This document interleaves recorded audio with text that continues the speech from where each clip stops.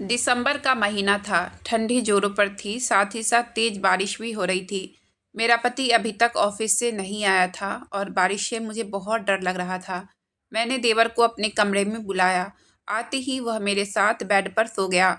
हम दोनों एक ही कंबल में सो रहे थे। पता ही नहीं चला नींद में कब हम दोनों एक दूसरे के करीब आ गए और वो मेरे अंगों को, जिसे देखकर मेरी चीख निकल गई। मेरा नाम नैना है। मैं गांव की रहने वाली हूँ। मैं दो बहन हूँ।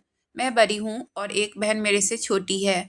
मेरी और मेरी बहन की पढ़ाई लिखाई गांव के ही सरकारी स्कूल में हुई थी। मेरे पापा की एक छोटी सी किराने की दुकान थी, जिससे थोड़ी बहुत कमाई होती थी और मेरे घर का खर्चा चलता था। देखते ही देखते हम दोनों बहन कब बड़े हो गए पता ही नहीं चला। हम दोनों बहनें 10वीं तक ही पढ़ाई कर पाए थे, क्योंकि मेरे गांव में सिर्फ 10वीं तक का ही स्कूल था। 11वीं करने के लिए हमें शहर जाना पड़ता और शहर मेरे गांव से ज़्यादा दूर था। मेरे पापा के पास उतने पैसे नहीं थे कि वो हम दोनों बहन को हॉस्टल में डाल देते, इसलिए मेरी पढ़ाई अधूरी रह गई। मेरे पापा की दुकान पर ज़्यादा कस्टमर नहीं आते थे, क्योंकि मेरी दुकान में ज़्यादा चीज़ें उपलब्ध नहीं होती थी। गांव की बाकी लड़कियों को देखकर मेरा भी बहुत मन करता था कि मैं भी कॉलेज जाऊं। मेरे घर के बगल की एक लड़की थी जो कि मेरे साथ पढ़ती थी। वो शहर के हॉस्टल में रहकर पढ़ाई करने लगी।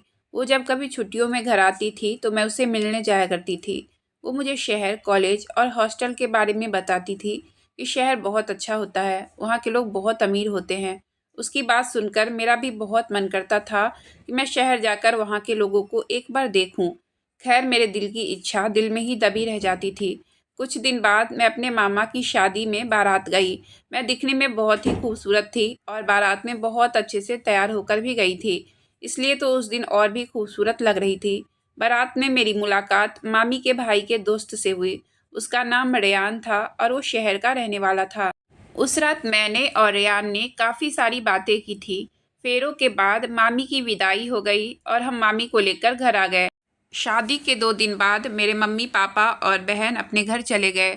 मुझे मामा जी ने ये कहकर रोक लिया कि नैना, तुम कुछ दिन के लिए यहाँ रुक जाओ, क्योंकि मुझे ज़्यादा दिन की ऑफिस से छुट्टी नहीं मिली है और जब मैं यहाँ से चला जाऊँगा तो तुम्हारी मामी अकेली हो जाएगी। मेरे मम्मी पापा ने कहा कि ठीक है, नैना कुछ दिन के लिए यहाँ रुक जाएगी। 2 दिन बाद मेरे मामी का भाई और उसका दोस्त मामी से मिलने आया, तो इस बार भी मैंने और रेया ने बहुत सारी बातें की। पता नहीं क्यों उससे बात करना मुझे बहुत अच्छा लगने लगा था। मामी से मिलने जुलने के बाद वो लोग चले गए। मामा जी की भी छुट्टियां खत्म हो गई और वो वापस अपने काम पर चले गए। एक दिन मामी नहा रही थी कि तभी घर के नंबर पर कॉल आई। मैंने जैसे ही कॉल रिसीव की, मुझे जानी पहचानी आवाज़ सुनाई दी। हेलो, मैंने कहा। हेलो, उधर से आवाज़ आई, क्या मेरी बात नैना से हो रही है? मैंने कहा, आप मुझे इतनी जल्दी भूल गए? फ़ोन पर रेयान था। रेयान ने कहा, अरे तुमको तो मैं मरते दम तक नहीं भूलूंगा। नहीं भूला हूँ तभी तो फ़ोन किया हूँ। दरअसल वो क्या है ना, जितनी तुम खूबसूरत हो उससे भी खूबसूरत तुम्हारी आवाज़ है। तुम्हारी आवाज़ और खूबसूरती में वो जादू है कि मैं तुम्हारा दीवाना हो गया हूँ। मैंने कहा, बस करो और मक्खन लगाने की ज़रूरत नहीं है। मामी नहाकर आती ही होगी, तो कहिए कैसे याद किया आपने?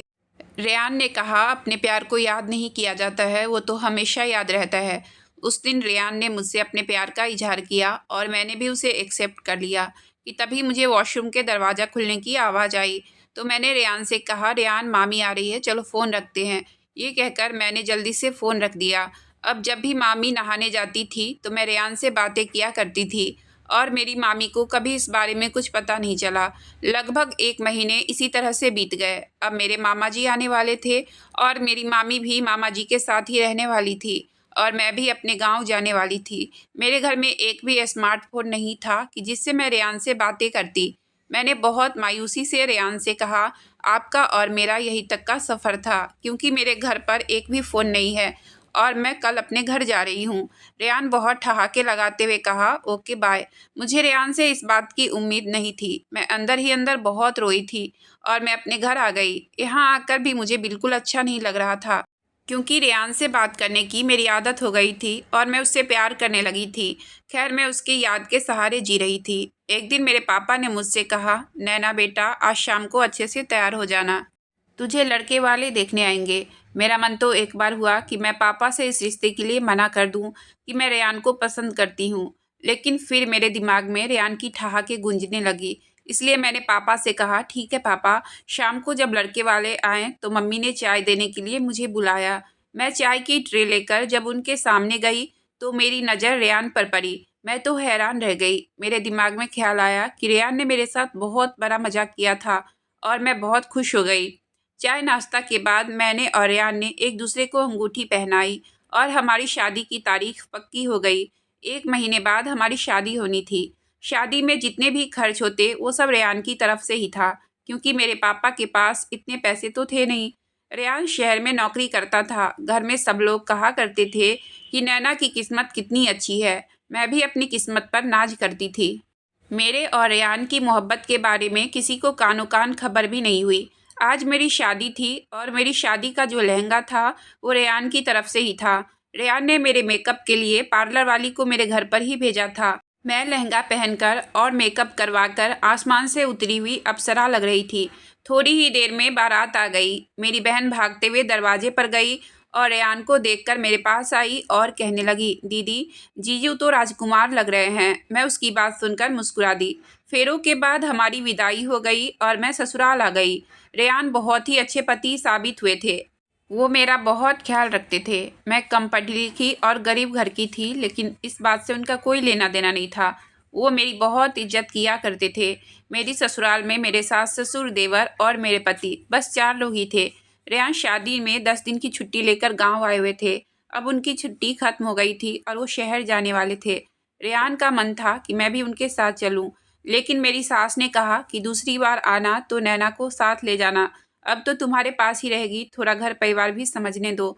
रेयान ने कहा, ठीक है माँ। रेयान इस बार गए थे तो मुझे एक नया स्मार्टफोन देकर गए थे।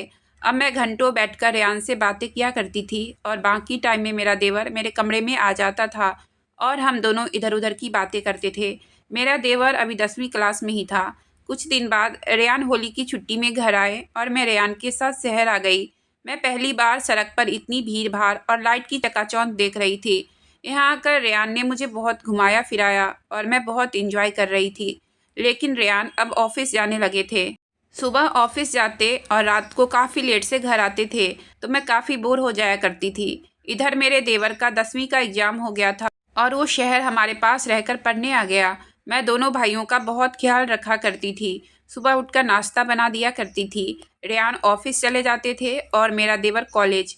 रेयान तो घर रात को काफ़ी लेट से आया करते थे, लेकिन मेरा देवर दोपहर तक ही कॉलेज से आ जाता था और आते ही जिम जाया करता था।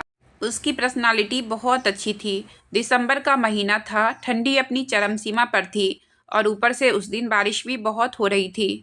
शाम में रेयान ने मुझे फ़ोन करके बता दिया था कि आज उसके ऑफिस में पार्टी है और वो लेट से घर आएगा। मैं और मेरा देवर खाना खाकर अपने अपने कमरे में चले गए थे कि तभी अचानक इतना तेज बादल गरजने लगा कि मैं बहुत डर गई। मैं रजाई में दुबक कर सोने की कोशिश करने लगी, लेकिन मुझे बहुत डर लग रहा था। मैंने सोचा क्यों ना मैं अपने देवर को अपने कमरे में बुला लूं। मैं उठकर उसके कमरे के दरवाजे खटखटाने लगी। वो बिना एक पल की देरी किए हुए दरवाज़ा खोला और पूछने लगा, क्या हुआ भाभी? मैंने कहा, बादल गरजने की वजह से मुझे बहुत डर लग रहा है। क्या आप आओगे मेरे कमरे में? उसने कहा, हाँ भाभी, और हम दोनों अपने कमरे में आ गए। वो आते ही मेरे बेड पर मेरी रजाई में सो गया। उसके आने के बाद पता ही नहीं चला कि कब मुझे नींद आ गई। मेरी नींद तो तब खुली जब मेरे नाजुक अंगों में गुदगुदी होने लगी। मैंने आंखें खोली तो उसकी बाहों में मैंने खुद को पाया। मैंने उसे खुद से दूर किया और कहा, मुझे डर लग रहा था और मैं तुम्हें अपना छोटा भाई समझकर अपने कमरे में बुलाया, लेकिन तुम तो अपनी सारी हदें भूल गए। वो कहने लगा, जिस दिन आप दुल्हन बनकर इस घर में आई, उसी दिन से ही आपको चाहने लगा हूँ। आप भाई से तलाक लेकर मुझसे शादी कर लो। मैंने उसे कहा, तुम्हारा दिमाग तो ठीक है ना?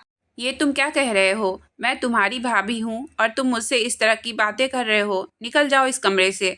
तभी घर की बेल बजने लगी। मेरा देवर कहने लगा, प्लीज़ भाभी, भाई से कुछ मत कहना। मैं कल सुबह यहाँ से चला जाऊँगा। प्लीज़ भाभी, मैं बहक गया था। मैंने कहा, ठीक है। मैंने उठकर दरवाज़ा खोला तो सामने रेयान खड़े थे। मुझे देखकर कहने लगे, क्या हुआ नैना, कुछ परेशान सी लग रही हो? मैंने कहा, वो बादल गरजने की आवाज़ से मुझे बहुत डर लग रहा था। रेयान कहने लगा, अच्छा मैं आ गया हूँ ना, तुझे डरने की कोई ज़रूरत नहीं है। सुबह हुई तो मेरे उठने से पहले देवर जा चुका था। उसने घर में सबको बताया कि यहाँ से उसका कॉलेज दूर था, इसलिए वो हॉस्टल में रहने जा रहा है। मैंने भी रेयान से कुछ नहीं बताया क्योंकि गलती कहीं न कहीं मेरी भी थी। मैं उसको भले ही भाई समझती थी, लेकिन उसे अपने कमरे में नहीं बुलाना चाहिए था। इस घटना को कई साल बीत गए हैं, लेकिन आज भी मुझे खुद पर पछतावा होता है। अगर आपको कहानी अच्छी लगी हो तो प्लीज़ वीडियो को लाइक और चैनल को सब्सक्राइब करें। आपका बहुत-बहुत धन्यवाद।